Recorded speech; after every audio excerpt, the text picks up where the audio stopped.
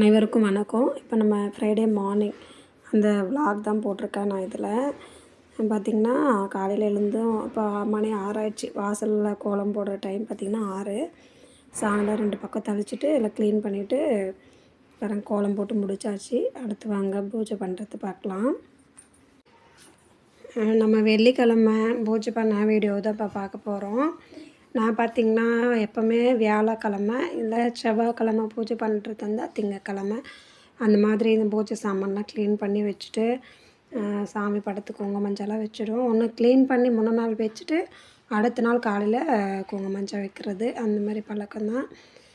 இப்போ பார்த்திங்கன்னா எல்லாத்துக்கும் குங்குமஞ்செல்லாம் இன்னைக்கு காலையில் தான் வச்ச வெள்ளிக்கிழமை எல்லா போட்டுக்கும் குங்குமஞ்சள் வச்சுட்டு பூவில் வச்சாச்சு. சாமி படம் எல்லாத்துக்கும் இவ்வளோ படம் தான் இருக்குது வீட்டில். இவங்க பாருங்கள் அழகாக அதில் நடுவில் இருக்கிற லிங்கம் பார்த்திங்கன்னா அவங்க கடை ஒன்றுலேருந்து எடுத்துகிட்டு கொடுத்தாங்க. அவங்க எடுத்து போட்டாங்க, அதுலேருந்து வந்தது நம்ம எடுத்து வச்சுக்கிட்டோம்.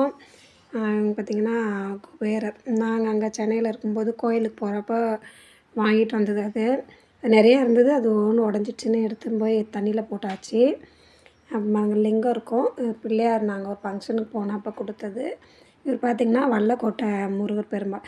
நான் அங்கே கோயிலுக்கு போனப்போ இதை வாங்கிட்டு வந்தேன். நான் அப்போல்லாம் ஒன்றும் அவ்வளோவா முருகரை நான் ரொம்ப தீவிரமாக வணங்கினது எல்லாரும் எதாச்சும் வாங்கிட்டு வந்தேன். நான் இப்போ தான் அவரை செவ்வாய்க்கிழமைனா விடாமல் நான் கும்பிட்றது. அவரே எப்போ எதுனாலும் முருகா முருகா அப்படி தான் இப்போ எல்லாமே. 3 விளக்கு தான் இப்போ ஃபஸ்ட்டாக ஒரு காமாட்சி விளக்கு மட்டும் தான் ஏற்றிட்டு இருந்தோம். இப்போ யாரோ சொல்லி தான் ஒத்த விளக்க ஏற்றக்கூடாதுன்னு சொல்லி அதுக்கப்புறமா குலதெய்வத்துக்கு ஒன்றும் இப்போ இங்கே சாமி சிலைங்களுக்கு ஒன்று பொதுவாக அப்படின்னு சொல்லிட்டு 3 விளக்கு அப்படியே வச்சாச்சு. விளக்கு இருக்குது நமக்கு, அதெல்லாம் அப்பப்போ க்ளீன் பண்ணி வைக்கிறது கஷ்டமாக இருக்குன்னு சிம்பிளாக 3 விளக்கு மட்டும்தான் வச்சுருக்கோம். எப்படின்னா விசேஷ நாள்னா எல்லா விளக்கு இந்த குத்து விளக்கு எல்லாமே வச்சுப்போம். எப்பயும் வைக்கிறது டெய்லி பார்த்திங்கன்னா இந்த 3 விளக்கு மட்டும் வச்சு சாமிக்கு பாருங்கள் குலதெய்வத்துக்கு தண்ணி வச்சு சாமி கும்பிட்ருவோம். இவ்வளோ தான் நம்மளோட பூஜை எப்போவுமே. இன்றைக்கி அப்படியே கொஞ்சம் கீரையும் பறிச்சுக்க போகிறோம். பாருங்கள் இவ்வளோ கீரை மணத்தக்காளி கீரை நல்லா ஃப்ரெஷ்ஷாக குட்டி குட்டியாக வந்திருக்கு. இது எல்லாத்தையும் பறிச்சுக்க போகிறோம். பெரிய செடியாக விட்டு பறிக்கலாம். கீரை இது நிறையா இருக்கிறதால நான் இந்த குட்டி குட்டியாக இருக்கிற கீரைங்களை ஃபுல்லாக பறிச்சுக்க போகிறேன். இது கூட சேர்த்து நம்ம கலப்பு கீரையும் பறிச்சுக்க போகிறோம். நல்லா ஃப்ரெஷ்ஷாக இருக்குங்க மணத்தக்காளி கீரை, அதனால தான் நான் இப்போ குட்டியாக இருக்கும்போதே பறிச்சுக்கிறேன். இது பாருங்கள், இது கூடவே இந்த புண்ணாக்கு கீரை இருக்கு இல்லையா, இதையும் பறிச்சுக்க போகிறேன். இது பார்த்திங்கன்னா அம்மன் பச்சரிசி, இது அப்படியே சாப்பிடுவாங்க, இது அப்படியே எடுத்து சாப்பிடுவாங்க.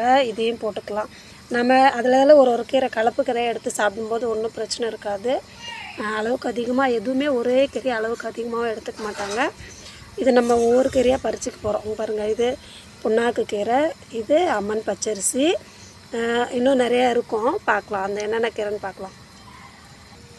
குப்பை மேனியும் நம்ம கொஞ்சம் போட்டு குப்பை மேனியும் கொஞ்சம் பறிச்சுக்க போகிறோம். ஏன்னா இதுவும் சாப்பிட்றது தான். இது குப்பை மேனியும் போட்டு போகிறோம். கலப்பு கீரையில் அடுத்து தான் நம்ம இந்த கீரையும் பறிச்சுக்க போகிறோம். இது நான் பேர் ஆல்ரெடி சொல்லியிருந்தேன், இப்போ எனக்கு டக்குன்னு ஞாபகம் வரல. இதுவும் கீரை தாங்க. இது ஒரு பசலைக்கீரை வகையை சேர்ந்தா பேர் ஏதோ சொல்லுவாங்க, எனக்கு டக்குன்னு ஞாபகம் வரல. உங்களுக்கு தெரிஞ்சால் கமெண்ட் பண்ணுங்கள். நான் இதுவும் கீரை தான். நம்ம வைக்காமலே செடிங்களுக்கு நடுவில் நிறையா மூலிகை செடி வந்துடுங்க. பாருங்கள், கீழா நெல்லி, அது நெல்லி அந்த காய் வந்து கீழே இருக்குது.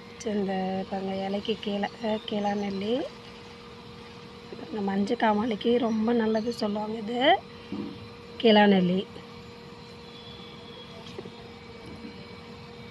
எல்லாம் சாப்பிட்றது தான். நம்ம கொஞ்சமாக இதையும் பறிச்சுக்கலாம். இதுதான் நம்ம போன வாரம் பறிச்சுட்டு விட்டுருக்கோம், அதிலே துளிர் வந்திருக்கு. அந்த கீரை எல்லாத்தையும் பறிச்சுக்கலாம். நம்ம இன்றைக்கி மணத்தக்காளி கீரையும் பறிச்சிட்டோம். கத்திரிக்காய் செடியில் இந்த கத்திரிக்காயும் ஃபுல்லாக பறிச்சுக்கிட்டோம். நம்ம கொஞ்சம் பச்சை மிளகாய் பறிச்சுக்கலாம் கீரைக்கு. பாருங்க எவ்வளோ அழகாக இருக்குது பச்சை மிளகா. ஒரு 4 பச்சை மிளகாய் பறிச்சுக்கலாம்.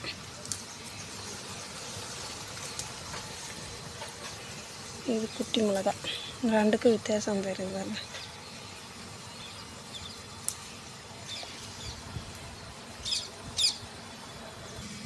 கீரை கடையில் பண்ணிடலாம். கத்திரிக்காய் உருளைக்கிழங்கு போட்டு பொரியல் பண்ணிடலாம். அவ்வளோதான் வீடியோ. வாங்க எப்படி சமைக்கிறது போடுறேன். வாங்க எப்படி சமைக்கலான்னு வீடியோ போடுறேன். சமைச்சு முடிச்சுட்டு காட்டுறேன். நம்ம பறிச்சுட்டு வந்த கத்திரிக்காயோட உருளைக்கிழங்கு போட்டு பொரியல் பண்ணிடலாம். எண்ணெய் ஊற்றி கடுகு, அப்புறமா கொஞ்சமாக சீரகம் போட்டுக்கலாம், கருவேப்பிலை போட்டுக்கலாம், காஞ்ச மிளகாய் போட்டுக்கோங்க. அது நல்லா வதங்கினதுக்கப்புறமா கொஞ்சம் வெங்காயம் போட்டுக்கோங்க, தட்டி வச்ச பூண்டு போட்டுக்கோங்க. அது நல்லா வதக்கிட்டு இருக்கட்டும். இது பார்த்திங்கன்னா கீரையில் என்னென்ன போட்டிருக்கேன் பார்த்திங்கன்னா, கீரை, பருப்பு, சிறுபருப்பு நான் லைட்டாக வறுத்து போட்டிருக்கேன். சிறுபருப்பு வறுத்து போட்டு தக்காளி, வெங்காயம், பூண்டு, பச்சை மிளகா இது மட்டும்தான் போட்டு அது குக்கரில் விசில் விட்டாச்சு. அடுத்து பார்த்திங்கன்னா பாருங்கள், வெங்காயம் வதங்குது. இதில் தக்காளியெல்லாம் நான் போடலை. உருளைக்கிழங்கும் கத்திரிக்காயும் போட்டேன். கத்திரிக்காய் கொஞ்சம் நல்லா இலசாக இருந்தாலும் சரி, அது கொஞ்சம் இன்னும் கொஞ்சம் நல்லா ஓரளவுக்கு ரொம்ப முத்தலாம் வாங்க மாட்டாங்க விதையாக. எப்படியா இருந்தாலும் சரி, அது தண்ணி விடாமல் வதக்குங்க. காய்க்கு ஏற்ற மாதிரி எண்ணெய் விடுங்க. எண்ணெய் ஓவராக இருக்கக்கூடாது. சில பேர் காய் பொரியல் பண்ணோம்னா பொரியல் பண்ணி வச்சதுக்கப்புறம் அந்த காயில் எடுக்கும்போது அடியில் 50 மில்லி 25 மில்லி எண்ணெய் நிற்கும். அந்த மாதிரி விடுவாங்க. அந்த மாதிரி இருக்கக்கூடாது. நம்ம லைட்டாக வதக்கிட்டு அந்த மிளகாத்தூள் போட்டோம்னா அதோட கரெக்டாக இருக்கணும். அந்த மாதிரி எண்ணெய் கரெக்ட் விடுங்க. பாருங்கள், ரெடி பண்ணிட்டோம். உருளைக்கிழங்கு கத்திரிக்காய் வறுவல் அது பொரியல். இது பார்த்திங்கன்னா மணத்தக்காளி அந்த கூட்டுக்கீரைலாம் சேர்த்து ஒரு கூட்டு தான் இது. இது பார்த்திங்கன்னா பஞ்சகவ்ய விளக்கு ரெடி பண்ணுறதுக்காக இன்றைக்கி கொஞ்சமாக நம்ம ஃபஸ்ட்டு செஞ்சு பார்க்கலாம் வீட்டுக்கு அப்படின்னு சொல்லி எடுத்து வச்சுருக்கோம். சாணம் எடுத்துகிட்டு வந்து அதை தட்டி போட்டிருக்கோம். காயிட்டோம் நல்லா. காஞ்சதுக்கப்புறம் பவுட்ரு பண்ணிக்கலாம். அடுத்த வீடியோவில் நான் எப்படி இது பஞ்சகவ்ய விளக்கே தனியாக ஒரு வீடியோ போடுறேன். அது எப்படி வருது, நம்ம வீட்டில் எப்படி செய்யலாம், நம்ம வீட்டு யூஸ்க்கு எப்படி செய்யலாம்னு சொல்லி போடுறேன் பாருங்கள். இந்த விளாக் இதோடு முடிச்சுக்கிறேன் ஃப்ரெண்ட்ஸ். இந்த வீடியோ உங்களுக்கு பிடிச்சிருக்கான்னு சொல்லி லைக் பண்ணுங்கள். பிடிச்சிருந்தா சப்ஸ்கிரைப் பண்ணுங்கள், ஷேர் பண்ணுங்கள், கமெண்ட் பண்ணுங்கள் ஃப்ரெண்ட்ஸ்.